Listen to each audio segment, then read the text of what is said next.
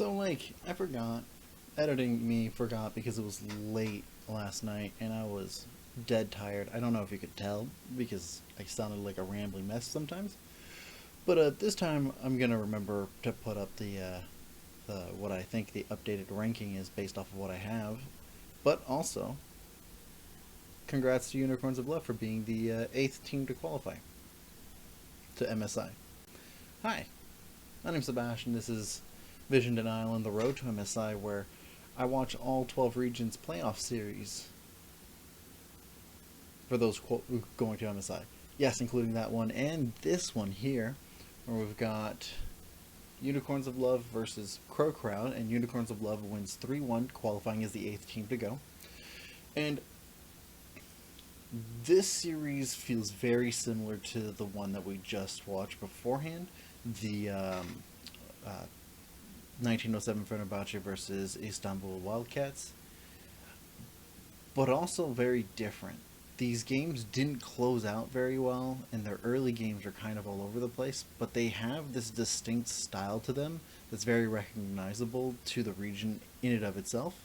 It's just, I'm not gonna say like it's just a lot of team fighting, but it's a lot of uh, finding moments to show off skill expression.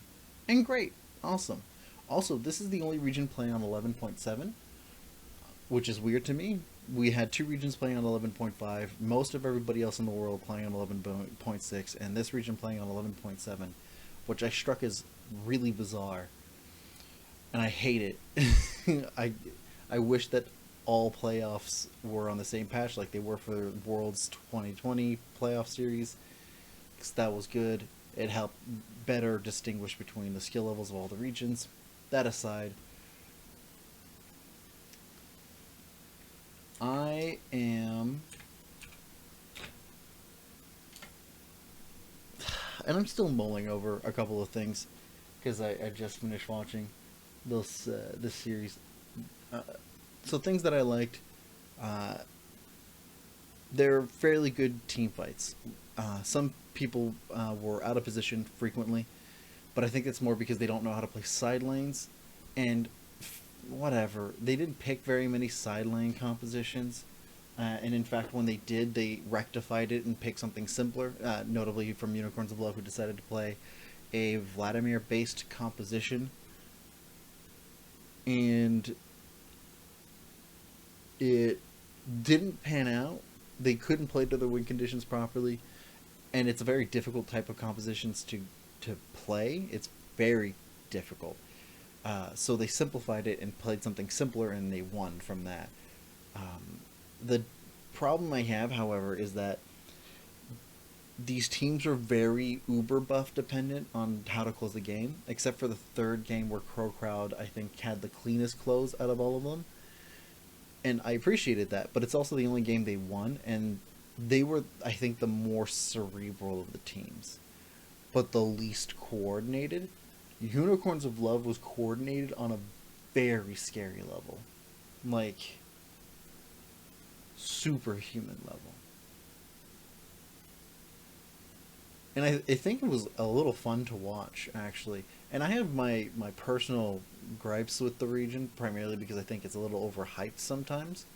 But it is indisputable that there's been a slow, gradual, like, um, improvement from the region over the years, especially since um, there's been better and better competition. Last year was a little bit of an anomaly because there was only two contenders that could actually compete with each other, and it really wasn't even a contest between the two. So this year was a lot more fun to watch the spring playoffs and seeing that, yeah, the teams were much more competitive. It was easier to read what was like how good Unicorns is going to be internationally. So how good are they going to be internationally? I think pretty okay, actually. Um, their biggest contenders are definitely going to be um, not the Pacific region, but I think Vietnam and North America are going to definitely give them a hard time. And I haven't mentioned Turkey because I think Turkey is a little harder for me to pin down how good they are. even though they played like I think 2 extra playoff series in that region, you'd think it'd be easier to evaluate, but I think it's a little harder because I think one side of the bracket was much more difficult skill wise than the other side of the bracket. And so I don't know. The thing that's edging it out for me is the fact that Unicorns of Love is more coordinated, but they don't close very well. While like Istanbul Wildcats are close very well, but have very sloppy early games. And to be told, the vision needs work, but it's serviceable. It's loads of improvements from the previous years I've seen this team.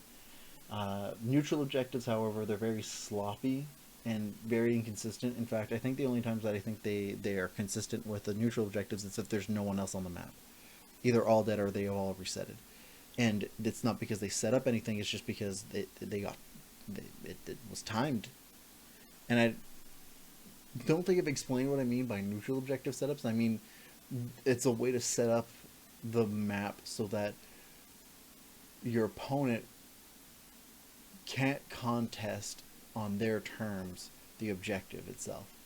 It needs to answer all of the different pressures that are put upon them, i.e., lack of vision, lack of information, side waves being put through, team members down, so on and so forth.